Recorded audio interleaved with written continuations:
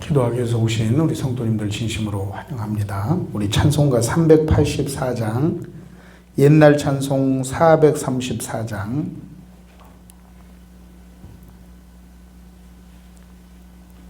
1절과 3절 함께 찬송 드리겠습니다.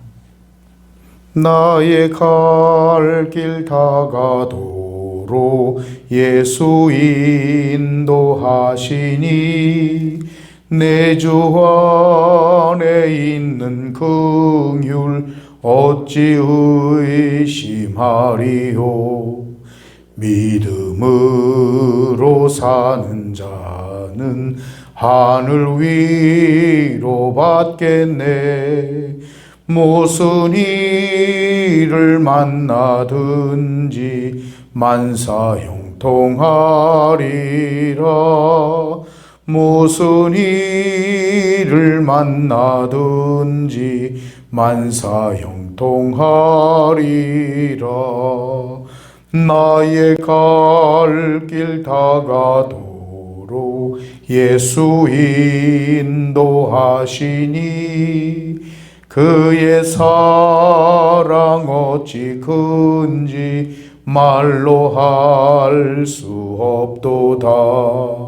성령 감화 받은 영혼 하늘 날아갈 때에 영영 부를 나의 찬송 예수 인도하셨네. 영영 부를 나의 찬송 예수 인도하셨네.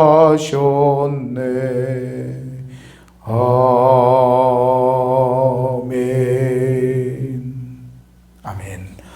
우리 다 함께 볼 하나님의 말씀은 히브리서 11장에서 우리 함께 보겠습니다.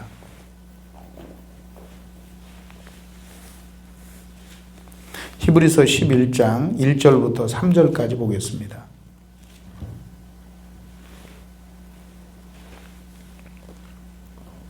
히브리서 11장 1절부터 3절까지 같이 읽겠습니다. 믿음은 바라는 것들의 실상이요 보이지 않는 것들의 증거니 선진들이 이로써 증거를 얻었느니라. 믿음으로 모든 세계가 하나님의 말씀으로 지어진 줄을 우리가 아나니 보이는 것은 나타난 것으로 말미암아 된 것이 아니니라. 아멘. 우리가 신앙생활을 하는 가운데에 우리의 삶에 일어나고 있는 여러 가지 일들에 대해서 우리 어떤 때는 참 해석이 잘 되지만은 또 어떤 경우에는 참 해석이 안 될 때가 있습니다. 그럴 때는 우리의 마음이 참 답답하기도 하고 복잡해집니다.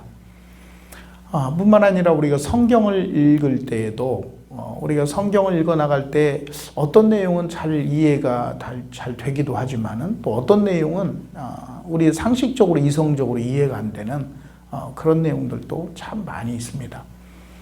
우리는 이런 어떤 실제적인 어려운 그런 문제에 부딪힐 때에 우리는 그것을 어떻게 받아들일 것이냐에 대한 문제인데, 오늘 제가 다시 한번 보기를 원하는 주제는 믿음이라고 하는 주제입니다. 믿음. 이 믿음이라고 하는 것이 뭘까요? 믿음은 하나님을 신뢰하는 것입니다. 믿는다. 내가 믿는다라고 말할 때에 내가 하나님을 믿는다라고 말할 때 하나님을 신뢰한다는 말이죠. 우리가 하나님을 신뢰하는 그 믿음, 그 믿음의 관점, 이것을 가지는 것은 굉장히 중요합니다. 그러니까 우리의 머리로는, 우리의 지혜와 우리의 지식과 우리의 경험으로는 해석되지 않는 것들이 참 세상에는 너무나도 많습니다. 그럴 때 우리에게 필요한 것이 뭐냐면 바로 믿음이라고 하는 것입니다. 이 믿음의 관점을 우리가 가지게 되면 성경이 해석되지 않는 부분들이 있죠. 그런데 해석되지 않는 부분들을 그냥 믿음으로 그냥 받아들이는 것입니다. 우리의 삶에서 해석되지 않는 부분들이 있습니다. 그 부분을 우리가 믿음의 관점으로 바라보고 해석하는 것이죠. 그래서 믿음으로 해석하는 것이 굉장히 중요합니다.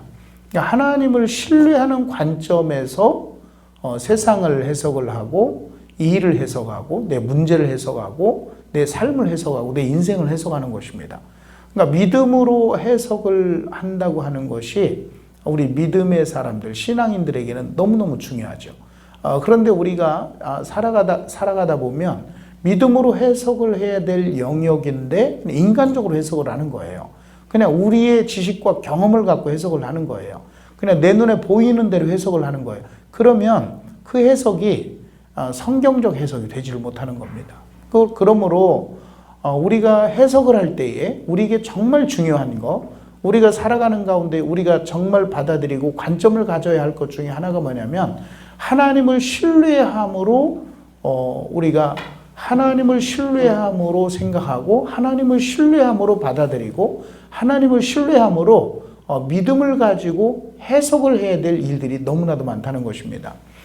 우리가 믿음의 관점을 가지면 하나님을 신뢰하면 우리는 이런 결론을 내리게 됩니다. 하나님은 옳습니다. 하나님은 언제나 옳습니다. 우리가 이 결론을 내리는 것도 이게 쉽지가 않습니다. 하나님은 옳습니다. 하나님은 언제나 옳습니다. 지금 나는 이해가 안 되는데 그럼에도 불구하고 하나님은 옳습니다. 하나님을 우리가 신뢰한다고 하는 것, 그 믿음을 바탕으로 해서 나, 세상, 이웃, 가정, 우리의 일, 이것을 해석해내는 것, 이건 대단히 중요하다는 것입니다. 예를 한번 들어보겠습니다. 나하고 어떤 사람하고 오해가 있습니다. 오해가 생겼어요. 오해가 생겼다는 얘기는 그 사람을 신뢰하지 못할 때 오해가 생겨날 가능성이 많습니다. 그런데 저 사람은 그럴 일이 없어. 저 사람은 믿을 만한 사람이야. 저 사람은 신뢰할 만한 사람이야. 내가 신뢰하고 보면 오해가 생긴 어떤 일에 대한 부분도 그 사람이 올바르게 행동했을 것이라고 내가 받아들이게 되면 오해가 풀리는 일들이 참 많습니다. 내가 잘못 생각했구나.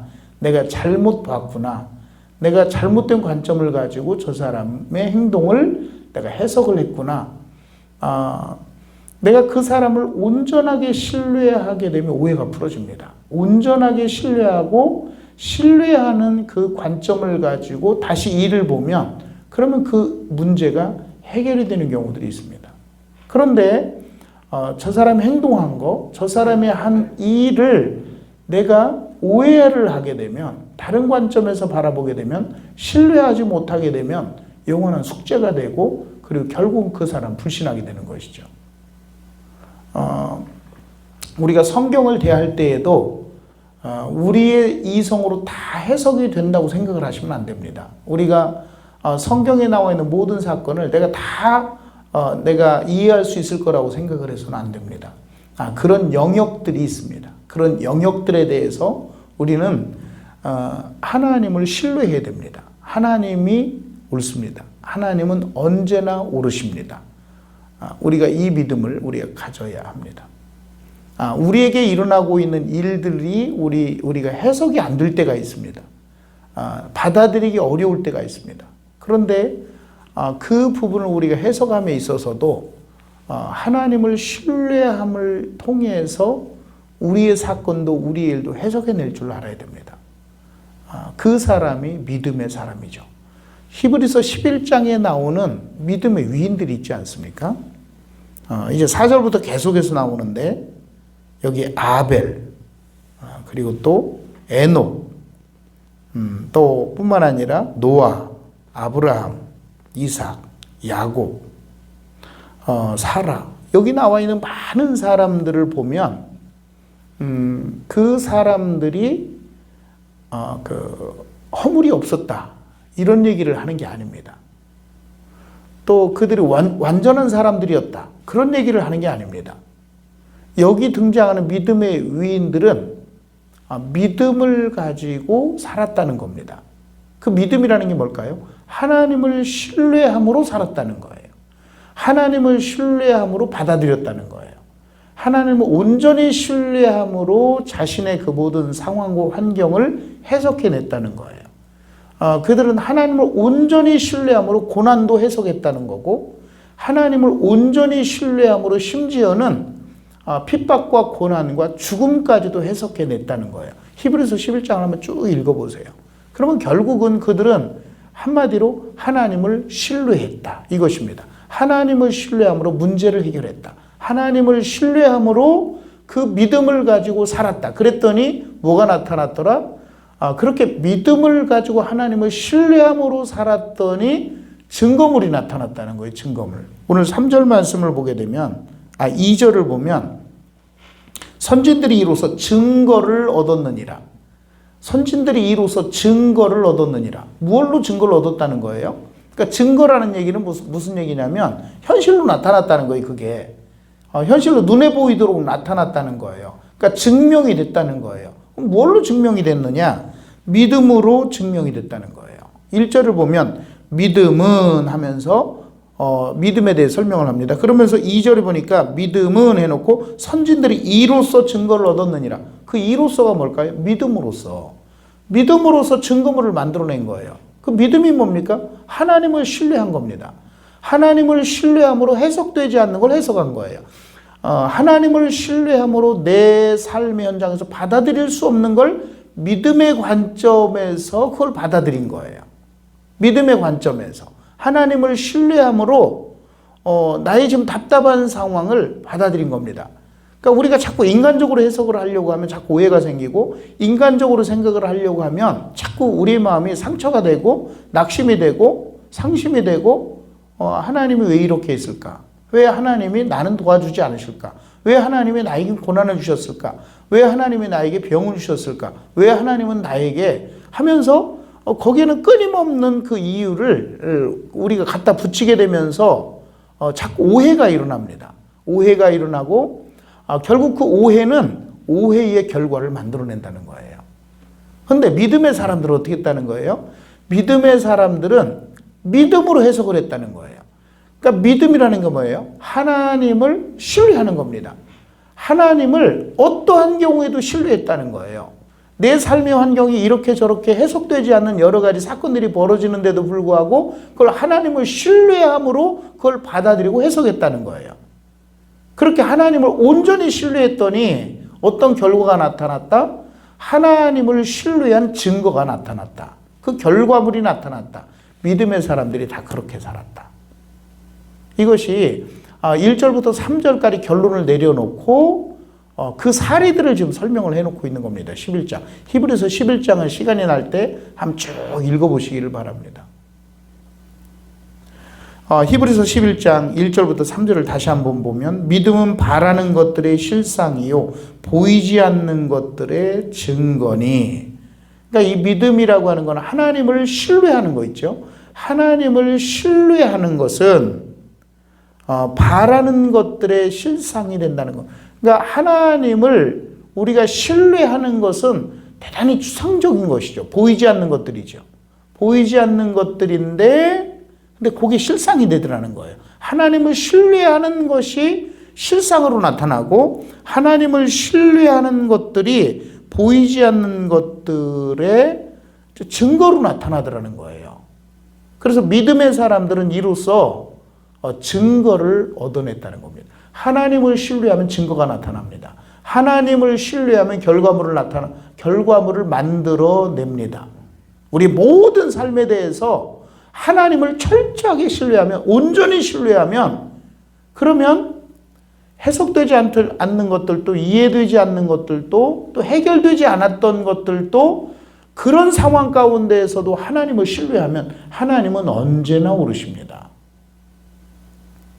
아니, 나에게 고난을 주신 하나님이신데, 그런데 그 고난을 주신 하나님을 내가 신뢰할 수 있나요? 신뢰해야 한다는 것입니다. 나에게 지금 어떤 일이 일어났을지라도 하나님을 온전히 신뢰해야 된다는 거예요. 나는 해석이 안 되는데, 이해가 안 되는데, 그럼에도 불구하고 우린 이런 고백을 해야 됩니다. 하나님은 오르십니다. 하나님은 언제나 오르십니다. 그 사실을 온전히 신뢰하면, 하나님을 온전히 신뢰하면, 그러면 반드시 온전히 신뢰한 것에 대한 것이 실상으로 나타나고, 온전히 신뢰한 것이 증거물로 우리 눈앞에 나타나더라는 거예요. 그걸 증명한 사람들이 누구다? 믿음의 사람들이다. 그 사례를 4절부터 쭉 끝까지 설명해 주고 있는 것입니다. 우리 하나님, 오늘도 우리는 우리 하나님을 신뢰해야 됩니다. 신뢰하되 내가 신뢰할 만한 것만 신뢰하지 말고 신뢰할 수 없는 영역까지도 신뢰해야 합니다. 우리가 이 부분이 부족한 거죠. 신뢰할 만한 부분에서만 하나님을 신뢰하려고 그래요. 그런데 하나님을 신뢰할 수 없는 부분에 대해서는 하나님을 신뢰하지 않는다고 내 마음속 저 깊은 곳에서 내가 그렇게 말하고 있는 일들이 너무나도 많습니다. 우리 하나님이 원하시는 것은 우리가 신뢰할 수 없는 그 부분까지도 하나님을 신뢰하는 것입니다. 그래서 히브리서 11장 믿음을 얘기하면서 6절에 믿음은 바라는 것들이 실상이라고 말하면서 우리 하나님을 기쁘시게 하려면 믿음이 있어야 된다. 믿음이 없이는 하나님을 기쁘시게 하지 못하나니. 예를 들어서 누군가가 나를 믿어주는데 반만 믿어주고 반은 안 믿어요. 그럼 여러분 기분이 어떨까요? 우리가 하나님을 믿기는 믿는데 반은 믿는데 반을 안 믿어줘요. 하나님의 마음이 어떠실까요? 하나님이 우리에게 원하시는 것은 네가 신뢰할 영역도 신뢰해야 되지만 신뢰할 수 없는 부분까지도 나를 신뢰할 수 있겠느냐, 이걸 물으시는 거예요. 거기까지 돼야 하나님이 기쁘시다는 거예요. 우리가 성경을 읽을 때에도 우리가 해석이 되는 부분이 있지만 해석이 안 되는 부분도 있는데 그 부분에 대해서 우리 이런 고백을 해야 됩니다. 하나님은 옳으시고 하나님이 행하신 일은 맞습니다. 옳으십니다. 우리 삶의 현장에 벌어지는 일들에 대해서도 하나님은 옳으십니다. 하나님은 언제나 옳으십니다를 우리가 고백하고 온전한 신뢰, 그 온전한 신뢰의 자리까지 저와 여러분 모두가 나아가야 할 줄로 믿습니다. 우리 함께 기도하겠습니다. 하나님 아버지 감사합니다. 하나님은 천지를 창조하신 창조자 하나님이십니다. 하나님께서 행하시는 일은 언제나 옳으십니다. 우리가 해석할 수 없고 이해할 수 없고 받아들이기 어렵고 또 우리가 그것을 볼 때에 도저히 감당하기 어려운 그런 일이라고 할지라도 하나님은 옳으시고 언제나 옳으십니다. 하나님을 신뢰할 수 있는 그 영역만 우리가 신뢰한다고 말하지 말고 내가 신뢰할 수 없는 그 영역까지도 하나님을 온전히 신뢰하고 하나님은 옳으십니다라고 고백할 수 있는 또 그 믿음을 가지고 그 온전한 신뢰함을 가지고 살아갈 수 있는 또 세상을 해석하고 또 내 삶을 해석할 수 있는 또 하나님의 말씀을 그런 믿음의 관점에서 바라볼 수 있는 우리 성도님들이 다 되어서 온전한 믿음의 자리를 향하여 나아가는 우리 성도님들이 다 되게 해 주시옵소서. 예수님의 이름으로 간절히 기도하옵나이다. 아멘. 우리 주님께서 가르쳐 주신 기도로 예배를 마치겠습니다. 하늘에 계신 우리 아버지여, 이름이 거룩히 여김을 받으시오며 나라에 임하옵시며 뜻이 하늘에서 이룬 것 같이 땅에서도 이루어지리이다. 오늘날 우리에게 일용할 양식을 주옵시고 우리가 우리에게 죄진 자를 사하여 준 것 같이 우리 죄를 사하여 주옵시고 우리를 시험에 들게 하지 마옵시고 다만 악에서 구하옵소서. 백의 나라와 권세와 영광의 아버지께 영원히 있사옵나이다. 아멘. 할렐루야. 감사합니다. 오늘 우리가 들은 말씀 붙잡고서 우리 함께 기도할 때에 한번 우리 자신의 저 깊은 우리 내면의 그 속을 바라볼 수 있는 그런 눈이 열려야 됩니다. 그리고 내가 하나님을 신뢰하는 영역은 어떤 것이고 신뢰하지 못하는 부분은 어떤 부분인가, 내가 받아들이지 못하는 부분은 어떤 부분인가, 내가 쉽게 오해를 잘하는 부분이 어떤 부분들인가, 이런 영역을 우리 내면의 그 어두움들을 다 몰아내야 됩니다. 그 불신의 그 내면, 우리 내면에 있는 어둠이 가득 차 있는 경우들이 많습니다. 하나님 온전히 신뢰하지 못하는 일들이 많다는 거죠. 그 어두움을 내 내면에서 자꾸 이거를 내쫓아야 됩니다.